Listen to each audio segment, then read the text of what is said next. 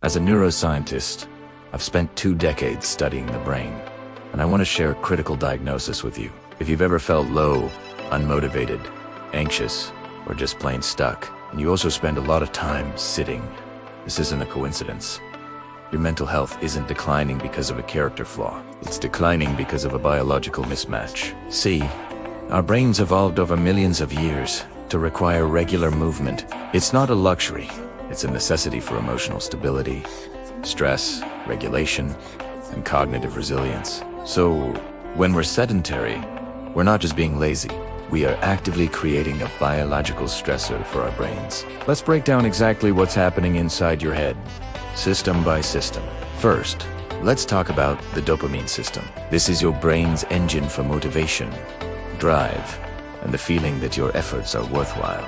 When you stimulate this system, particularly a pathway that makes you feel rewarded and driven. But when you stay sedentary, your baseline dopamine levels drop. Your dopamine receptors become less sensitive. This creates a state where nothing feels worth doing. You might experience apathy, a loss of pleasure in things you used to enjoy, and a deep lack of motivation. Many people mistake this for clinical depression, but it's often your dopamine system being understimulated and desensitized. This is also why we end up chasing artificial dopamine spikes from scrolling social media, eating junk food, or easy access rewards. It's not that you're unmotivated. Your brain's motivation hardware is offline. Next up is serotonin, the famous mood regulator. Rhythmic movement, like walking or running, actually helps your brain produce and use serotonin more effectively. It literally helps buffer your mood and keeps your emotions on a more even keel. When you're sedentary, the opposite happens. Serotonin turnover slows down. This leads to poor mood buffering, making you more irritable, emotionally volatile, and vulnerable to both anxiety and depression. It's also why antidepressants like SSRIs sometimes don't work well for people who remain sedentary. You're trying to fix the software without turning on the hardware that supports it. Now, let's look at your stress system, also known as the HPA axis. Our bodies were designed for a simple loop. You experience stress, you move to resolve it, think, fight, or flight, and then you recover. But in our modern, sedentary lives, the stress is constant, yet the movement is absent. This leaves your stress hormone, cortisol, chronically elevated.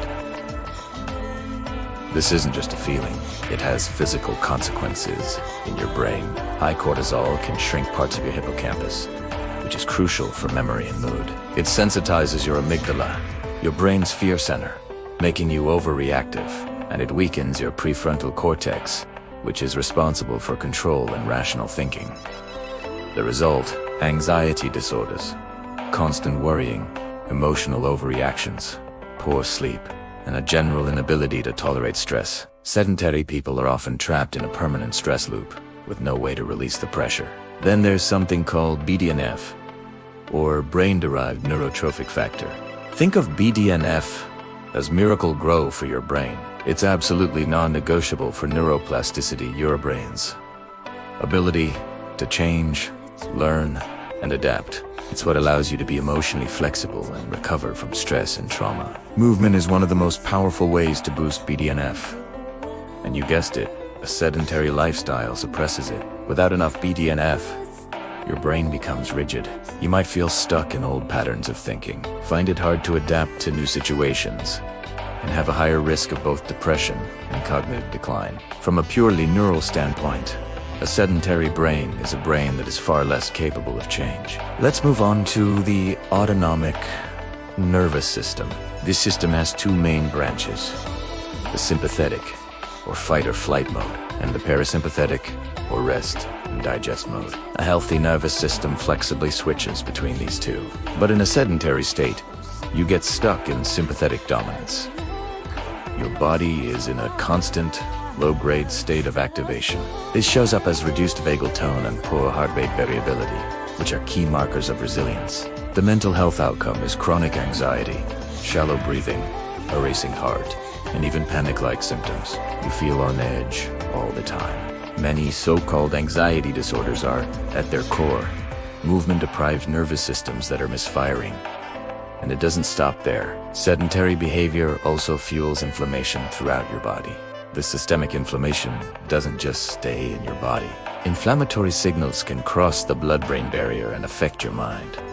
This is what we call neuroinflammatory depression. It's not a mood you can just think your way out of. It manifests as classic depressive symptoms, but also intense brain fog, crushing fatigue, and a lack of mental clarity. This isn't a personal failing. It's a physiological state driven by inactivity. Finally, let's consider sensory input. Your brain doesn't just exist in a vacuum. It needs constant feedback from your body to feel grounded and safe. Movement provides a rich stream of this feedback.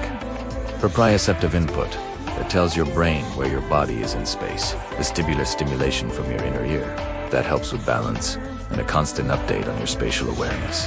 When you're sitting still all day, you starve your brain of these grounding signals. This can lead to a sense of dissociation, feeling unreal or disconnected from your body and the world. It can heighten anxiety and even trigger feelings of Your brain needs feedback from your body to know that everything is okay. So, let's put it all together. From my perspective as a neuroscientist, here's the big picture diagnosis.